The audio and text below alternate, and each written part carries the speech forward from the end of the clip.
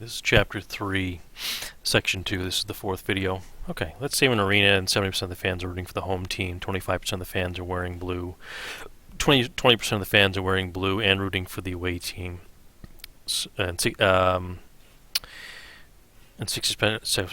are wearing blue. Let A be the event of fan rooting for the away team. Let B be the event the fan is wearing blue. So if you read the problem, the idea here is you get to translate into symbols. So if we translate everything that's given in the symbols, we're going to get A is 70%, B is 25%. Whoop, a little bit of a typo there. Let's fix that. There we go.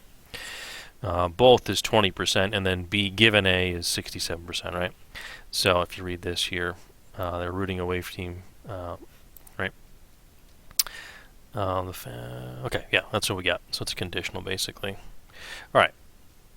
So what we want to figure out here is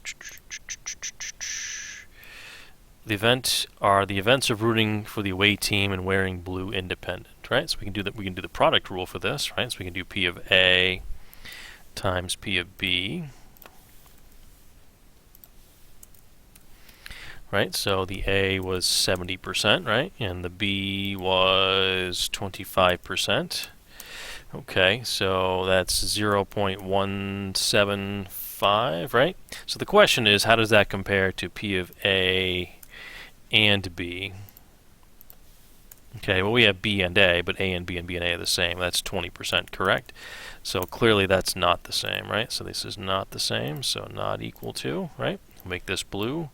Format color blue. So if they're not the same, therefore we did not prove dependence. These are independents are actually dependent, right? Also, we can look at it this way. 0.67 is the probability of B. Oops. Let's see. The probability of B given A, right? Which is not equal to the probability of B, right, which is equal to 0.25. So either one of these, so both of these prove dependence, right? So do I need both of those? No, but based on the information I have, I can do one or the other, right? The other conditional I don't have, but I have to figure it out. Well, we could do it, but we're not going to. Okay, are they mutually exclusive? Well, is this equal to 0, B and A? No, it's 20%. So since they're not equal to 0, right, therefore they are not mutually exclusive. That's simple. Okay? All right, let's try another scenario. So a class, 60% of the students are female. 50% of the students are long hair. 45% of the students are female and long hair. Okay, so taking directly from the problem, 60% are female, right? The long hair is 50%, and female on long hair is 45%. So again, always write these as probabilities. Never write these as percentages. Don't do it, because all the calculations involve the probabilities and decimal, not percentages. Okay, so we have to do the conditionals now. Probability of long hair if you're female versus female with long hair, which is not the same thing, because one is a population of females, one is a population of long hair, correct? Okay, so the first one would be the probability of long hair and female, right? We'll make this blue. We'll make this a fraction. So this is a population of females, which is the condition in this case, right? Okay, so this is going to be 45 for the both, which we have, and the female is 60. So that is, does that work out? Yeah, it does work out. 0.90 essentially, right? That works out. Okay, format color orange. There we go. Well, is it the same the other way? Well, females and long hair, I would assume a lot of long-haired females, right? But of the long hairs of the female, okay, other way around, right? So female and long hair, that's still the same probability of 45%. But of the long hair, right, that's only 50%. So 45 out of 50 is 75. So that's not the case, right? Because this is only looking at females. This is only looking at the long hairs, right? Which includes the males at that point, right? Okay. Are L and F independent? Well, I don't even need to do the product. We just proved this over here, didn't we? Right? Look what we did. Does this one equal this one? No, it doesn't. That's 50. That's 90. Does this one equal this one? That's 60. That's 75. They don't match. Right? I don't even need to do the product. We just did the two of the independence rules twice. So clearly, those are dependent. Right? We don't need to prove that. Okay. Last two. So let's say you decide to take a route to work. The choices are interstate or the city.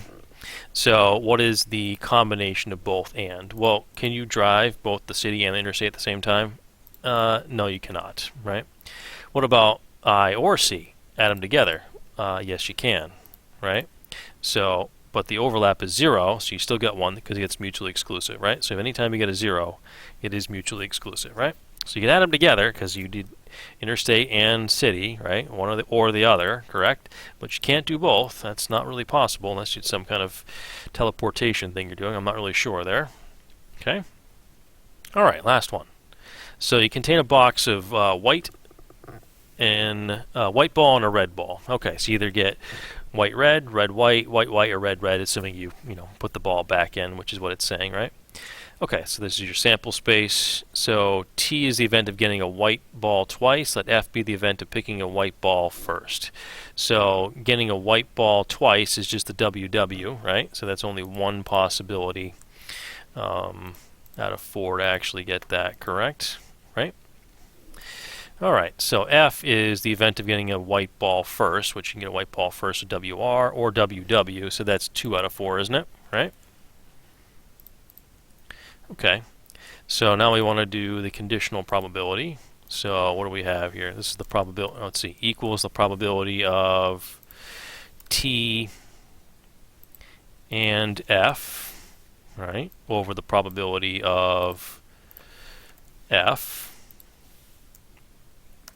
Oh, F, there we go. Make that blue, format, color, blue, equals ratio, ratio, ratio. Okay, so we already know the F, that's 2 out of 4, right? So this will be out of 4 also. So we need T and F. So T is the event of getting a white ball twice, right, which is only WW. And F is getting the white ball first, which would still be W, right? Because the WW, that's the only one that actually works, because getting white ball first is these two, and getting white twice is this one. So that's the only one that actually is both, isn't it? So it's just a 1. Okay, so there's a 1 there. So that means the probability is 1/2, right? All right, good deal. Bump that up, bump that up. All right, independence. Okay, are T and F independent? Well, we can multiply these together, right? So 1/4 times 2/4 is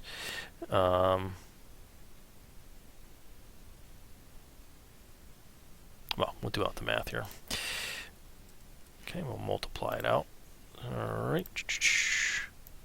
So we have the probability of T times the probability of F. All right, we'll make this blue. Format color blue. There we go.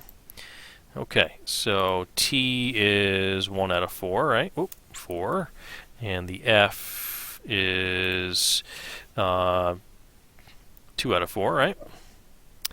Okay.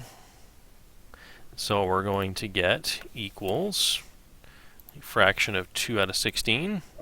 Okay, so we need to compare that to the P of T and F. Okay, so T and F we already did. That was 1/4. Wait a minute. 2/16. 2/16 is actually 1/8. So that is not equal to 1/4, right? 1/4 is not equal to 1/8. So thus dependent, right? As to how they're dependent, who knows? They're just not independent is the idea. Okay? Are F and S mutually exclusive?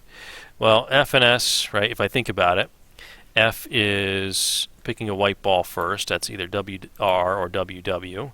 And S is the event of picking a white ball in the second draw, which would be WW. So they have one in common. It's this one right here. So they're not mutually exclusive. So F and S have one in common, which is the WW, isn't it? Okay. All right. Are they independent? Okay, so we'll do the math here. Actually, let's steal this. No, we'll just rewrite it. Why not? Okay, so we have the probability of F. Oh, come on. Probability of F times the probability of S. Right, so that's going to be 2/4 and 2/4. Right, so we already have F, which is 2/4, and S. S is, let S be the event of picking a white ball in the second draw, right? If you white in the second draw would be these two here, right? 2/4. Okay, let's make this blue, format color blue. Alright, so that is equal to 4/16. So we're going to compare that to something we've already done. F and S, right? F and S. Copy.